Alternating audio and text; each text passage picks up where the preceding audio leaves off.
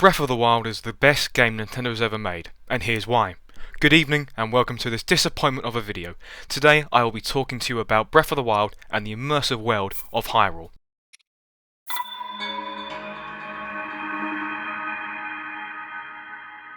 Breath of the Wild, one of the video games of all time. Food, dogs, killer robots, wrong robot, and a world so big that you completely forget about the plot of the game. The premise of the game is simple. You are Link and you must protect Zelda. The kingdom feels that the Great Calamity Ganon is approaching and must prepare for the worst. Long story short, the Calamity shows up, kills nearly everyone and everything, and leaves Hyrule in ruins. Link is badly wounded in the chaos, and so Zelda, to protect Link, leads him in the Shrine of Resurrection and goes to contain Calamity Ganon in Hyrule Castle.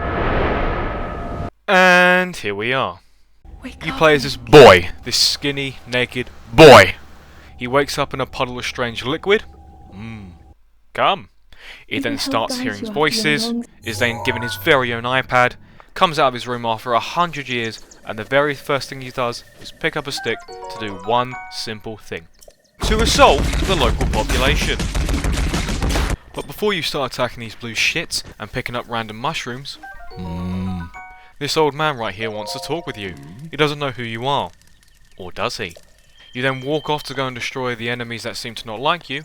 In order to do that, you must attack the enemies with a variety of weapons, such as this stick, your good and trusting stick, and this axe I found. On your adventures, Link starts hearing the voices yet again. He follows the instructions given by the voices and lets his intrusive thoughts win. He then puts the iPad on the structure, and now is suddenly 100 feet in the air. Just don't let those intrusive thoughts win.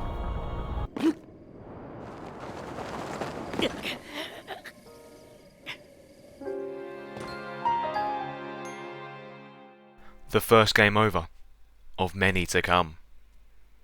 The voices are back yet again, calling from help within the castle. And now the old man's back, saying that if you want to get to the castle, you've got to get off this plateau, and he has the hang glider. Sadly, you can't beat him up for it, but he'll give it to you for the small price of doing these tasks. And that task is simple: complete all 4 shrines on the plateau.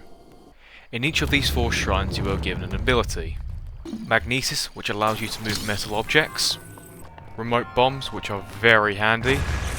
Stasis, this allows you to stop the flow of time for an object and lets you use its kinetic energy to send it flying.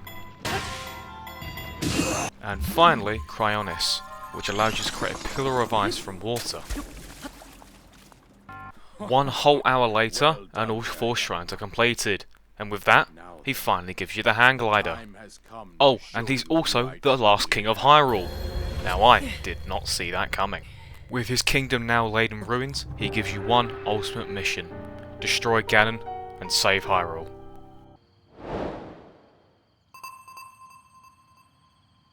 Once he explained everything he knows, it's time for you to start the real adventure. And all you need to do is jump. And don't forget to press X.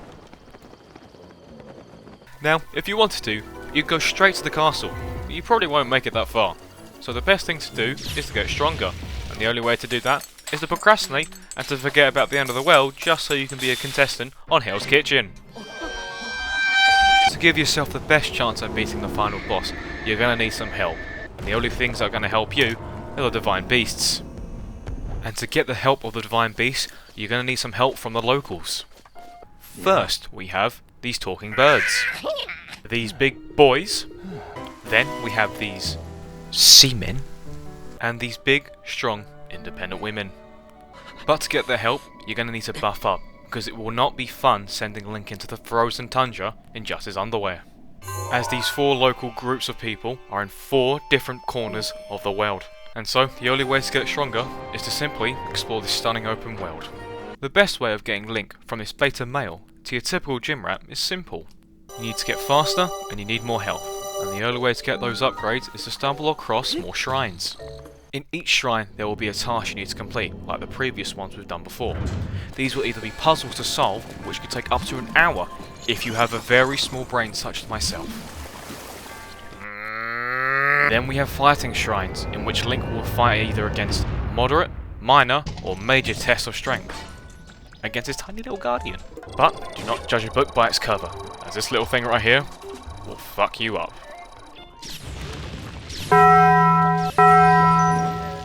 And the final one would be a chest filled with hopefully something beneficial. And once completed the task in the shrine, you'll be rewarded with this handy little thing. Once you've attained enough spirit orbs, you'll then finally have the choice to upgrade either your health or speed. There really is no benefit which one you pick at the start of the game. It just means you'll take longer to kill, or you can maybe outrun your enemies. However, once you've increased your speed and health, then none of your enemies will be able to stop you.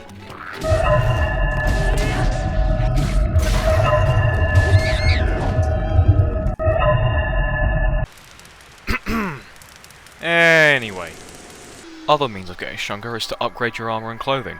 Not only will this save you in the many occasions, but some of these armour sets will provide unique abilities, such as Unshockable, Swim Dashing Speed, Disguise, and Fireproof. To help Link with this great task of exploring this giant world where everything is trying to kill him, he will rely on his trusting survival skills, where he embraces his inner Bear Grylls. From trusting his sense of direction to make the best judgment call.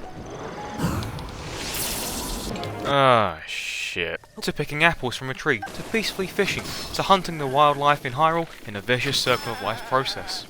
Food is going to be your best friend in this game, as one of the only few ways of healing yourself is with food, which means you're going to need a lot of apples.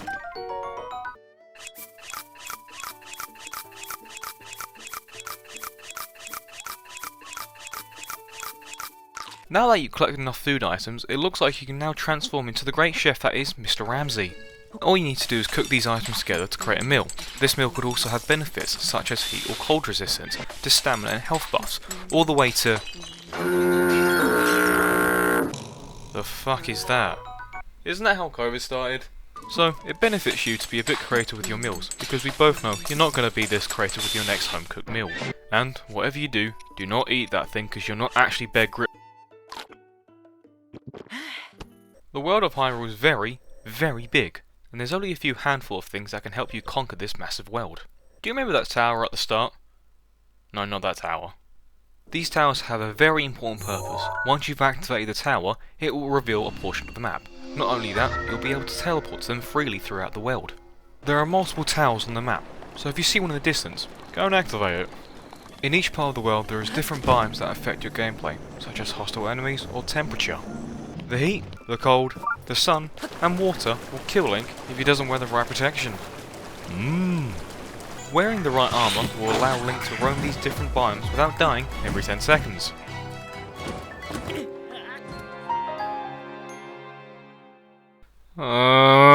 Being able to traverse these lands helps to also continue the story in this game by assisting the locals from stopping these big boys from causing a slight inconvenience. If you got on this far into the video, you'd be mistaken if you think this far into the game that the stick you picked up at the start of the game would still be with you. As a matter of fact, here's how far that stick got. Simply exquisite. Well, obviously, it's a stick. What did you expect? But fear not, this sword will be an even better upgrade. Alright, maybe the spear. Long-reaching, quick attacks. How about this claymore? This even better sword. How about that? Or this? As you can see, your powerful and trusted weapons do not last long. How annoying. So, don't get attached to any weapons, because it won't last long. As you get stronger, you end up finding more powerful weapons as you progress, so you're not always going back to square one. However, there is one weapon that doesn't break. Well, kind of. The weapon everyone wants, and a weapon that would have been very useful at the start of the game.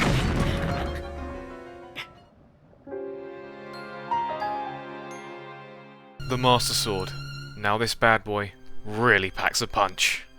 However, there is one small problem. The game doesn't really tell you where it is. One single sword somewhere in this massive open world.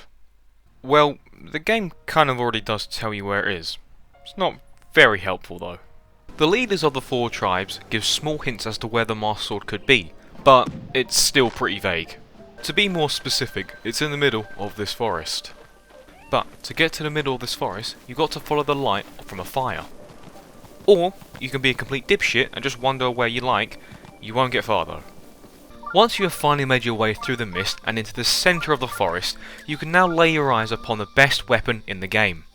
Now, all you've got to do is just pull it out.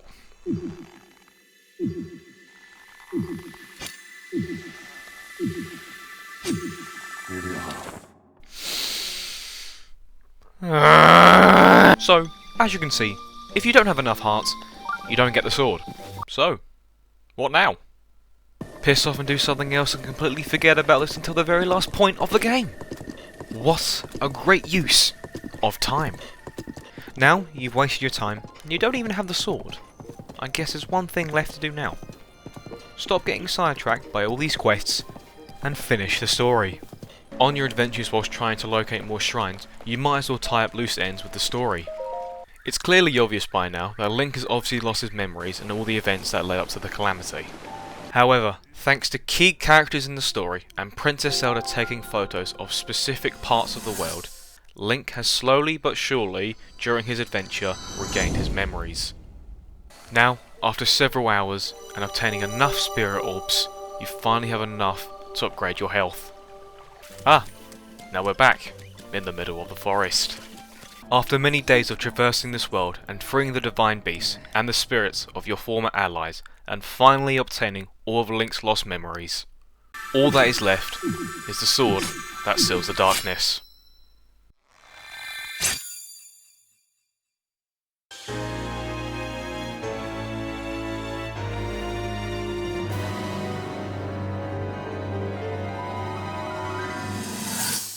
Now finally, after several long and painful hours and many deaths, you are finally ready to storm the castle. After running for your life and making it inside, now all you've got to do is find your way up to the final boss, while also obliterating everything in your way. Ooh.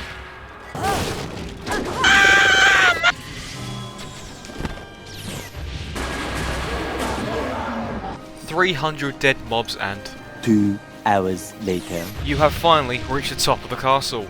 Now it's finally time for that procrastination to finally pay off.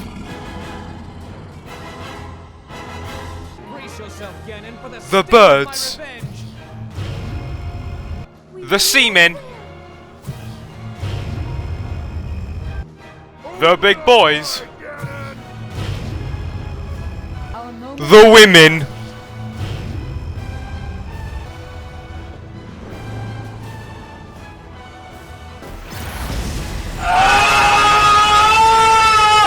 now, I don't know about you, but I think it was quite worth it to go and procrastinate and help out the local populations. 50 plus hours of gameplay, and you got him down to half health. How helpful! Now all that's left is to take down the Calamity.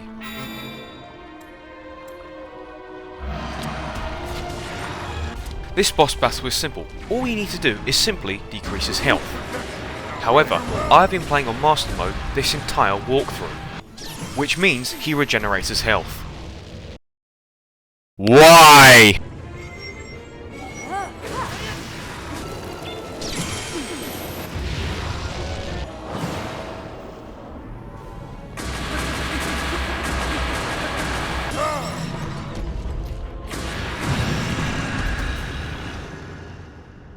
Finally, after eating dozens of meals and thousands of apples, you've beat Ganon.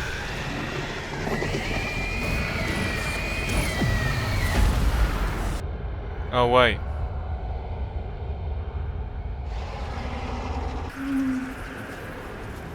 Ganon. There's a face too. Well, I guess he's not going to kill himself. Now, the second phase of this boss battle is even easier than the first. All you need to do is simply shoot the arrows at these targets.